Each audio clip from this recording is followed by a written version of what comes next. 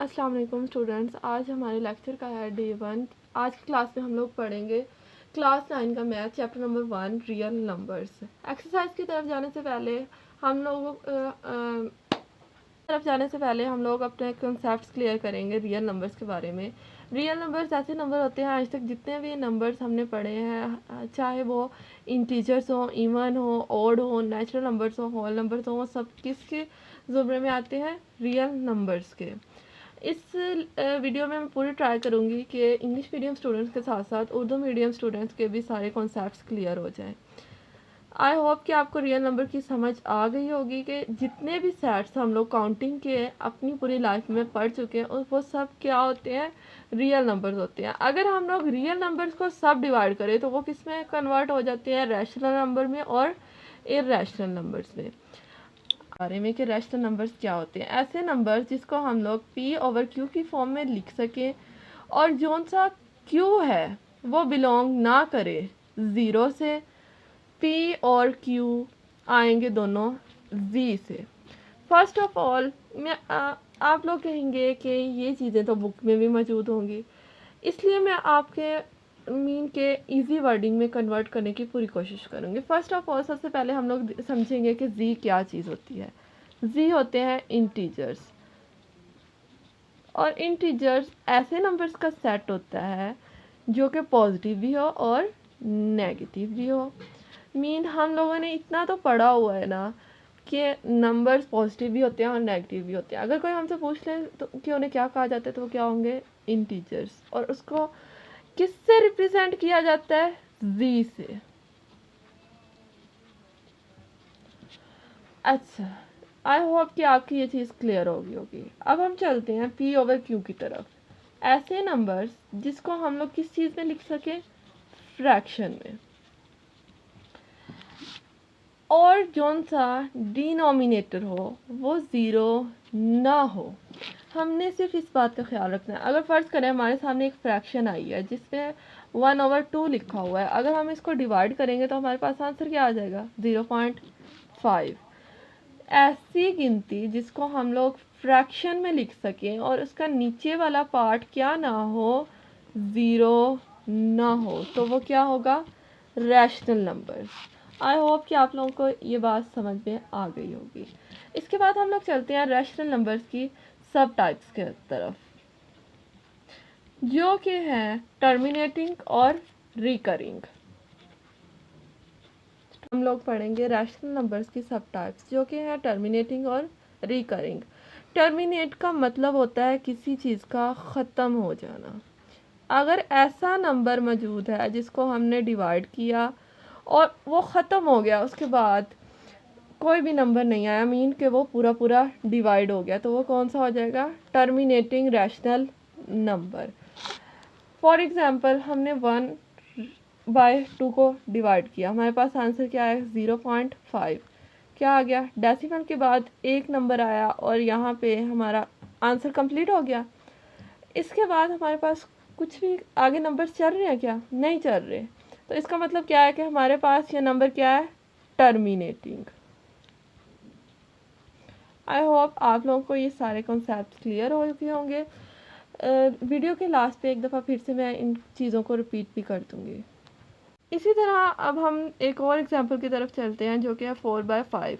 जब हमने इसको डिवाइड किया, आप लोग कैलकुलेटर का यूज़ कीजिएगा, हमारा आंसर क्या आएगा? 0.8। हमने जब एक फ्रैक्शन को क्या किया? डिवाइड किया। डिवाइड करने के बाद हमारा आंसर क्या है? स्टॉप हो गया। इसका मतलब है कि ये हमारा आंसर क्या है? Terminating rational number. इसके बाद हम लोग चलते हैं रिकरिंग की तरफ।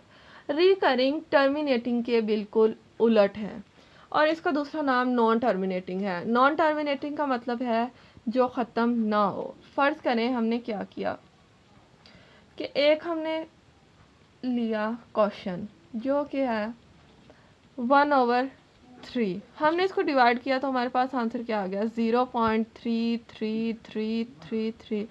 मीन के ऐसा नंबर जो सेम पैटर्न के साथ रिपीट हो रहा हो वो क्या हो जाएगा? Non terminating. अब हमने 1/3 को डिवाइड किया, आंसर क्या आया? 0.333। हमारा आंसर स्टॉप नहीं हो रहा। जब भी कोई आंसर स्टॉप ना हो तो इसका मतलब क्या है, वो नॉन टर्मिनेटिंग रैशनल नंबर है।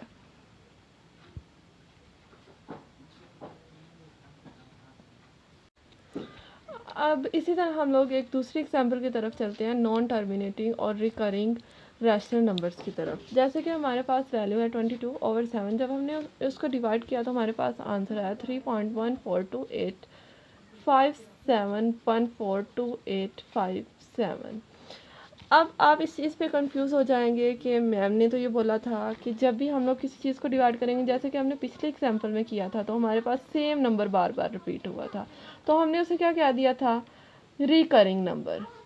अब आपके माइंड में एक क्वेश्चन आएगा कि इसमें तो हमारे पास नंबर्स बार बार सेम नंबर रिपीट नहीं हो रहा, लेकिन आपने जब भी नॉन टर्मिनेटिंग की तरफ जाना है तो इस बात का गौर रखना है कि ऐसे नंबर जिसमें सेम पैटर्न रिपीट हो रहा है, जैसे कि 142857 दोबारा से 142857 और आगे यही पैटर्न चलता जा रहा है। पैटर्न से मुराद है कि एक सीक्वेंस के साथ जो नंबर पहले आए हैं दोबारा भी वही नंबर्स आए, तो वो नंबर भी क्या हो जाएगा, रिकरिंग। अब हम लोग चलते हैं इर्रेशनल नंबर्स की तरफ।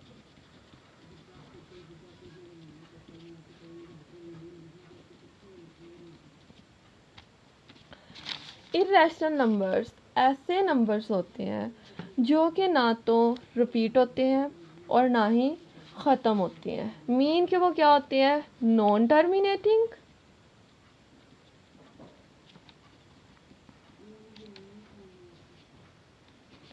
And non recurring.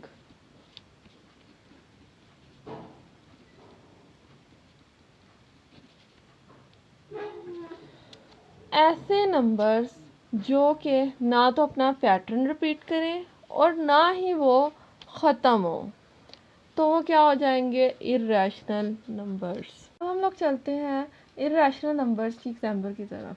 जैसे कि हमारे पास एक नंबर मौजूद है पाई, इसकी वैल्यू होती है 3.14159265897932 and up to so on. एक और हमारे पास वैल्यू है, सिंबल है, और इसकी वैल्यू होती है 2.718288184590 and up to so on. अब जैसा कि मैं पहले ही आपको बता चुकी हूँ कि इर्रेशनल नंबर्स ऐसे नंबर्स होते हैं जो कि ना तो रिपीट होते हैं। टर्मिनेटिंग का मतलब क्या होता है, ख़त्म हो जाना, किसी चीज़ का ख़त्म हो जाना, और नॉन टर्मिनेटिंग जो कि ख़त्म ना हो, और नॉन रिकरिंग जो कि ना रुके। ठीक है, ऐसे नंबर्स जो ना तो ख़त्म होते हैं और ना ही बार बार रिपीट होते हैं, वो क्या होते हैं, इर्रेशनल नंबर्स। अब हमारे पास एक एग्जाम्पल है, इसमें आप देख सकते हैं हमारे पास जो सी वैल्यू मौजूद है 3.1415926535897932। इस पर कोई भी नंबर रिपीट नहीं हो रहा और ना ही नंबर ख़त्म हो रहा है। इतनी बड़ी वैल्यू के बावजूद भी अभी भी नंबर क्या है, आगे जारी हैं, और कोई भी ऐसा नंबर नहीं है जिसमें सेम पैटर्न यूज़ हो रहा हो। 14 के बाद 15 आ रहा है, 92 आ रहा है, 65 आ रहा है, जबकि हमने ऊपर क्या पढ़ा था रिकरिंग में कि सेम पैटर्न भी रिपीट हो सकता है। जहाँ पे भी आप ऐसा देखेंगे कि नंबर्स ना तो ख़त्म हो रहे हैं और ना ही रिपीट हो रहे हैं, तो वो कौन से हो जाएंगे, इर्रेशनल नंबर्स। या फिर इन शॉर्ट जितनी भी सिंबल्स होंगी वो क्या होती हैं, इर्रेशनल नंबर्स। अगर हमारे पास कोई ऐसी वैल्यू मौजूद है जिसके ऊपर अंडर रूट आ गया, और अंदर अगर किसी चीज़ का तो परफेक्ट स्क्वायर मौजूद है, फ़र्ज़ करें अगर हमारे पास एक ऐसी वैल्यू मौजूद है जिसका परफेक्ट स्क्वायर बन सकता है, जैसे कि 4 जिसका परफेक्ट स्क्वायर है अंडर 2 का। आपको जैसे कि मालूम है कि जब भी हमारे पास कोई चीज़ मौजूद होती है, स्क्वायर मौजूद होता है, तो अंडर रूट से वो चीज़ कैंसिल हो जाती है। अंडर रूट के अंदर ऐसी चीज़, ऐसा नंबर मौजूद हो जो किसी चीज़ का परफेक्ट स्क्वायर हो, क्या हो, परफेक्ट स्क्वायर, तो वो अगर हम लोग उसको सॉल्व करेंगे तो वो क्या बन जाएगा, रैशनल। लेकिन अगर ऐसी वैल्यू मौजूद है अंडर रूट के अंदर जो कि किसी चीज़ का परफेक्ट स्क्वायर नहीं है, तो वो क्या हो जाएगा, इर रैशनल।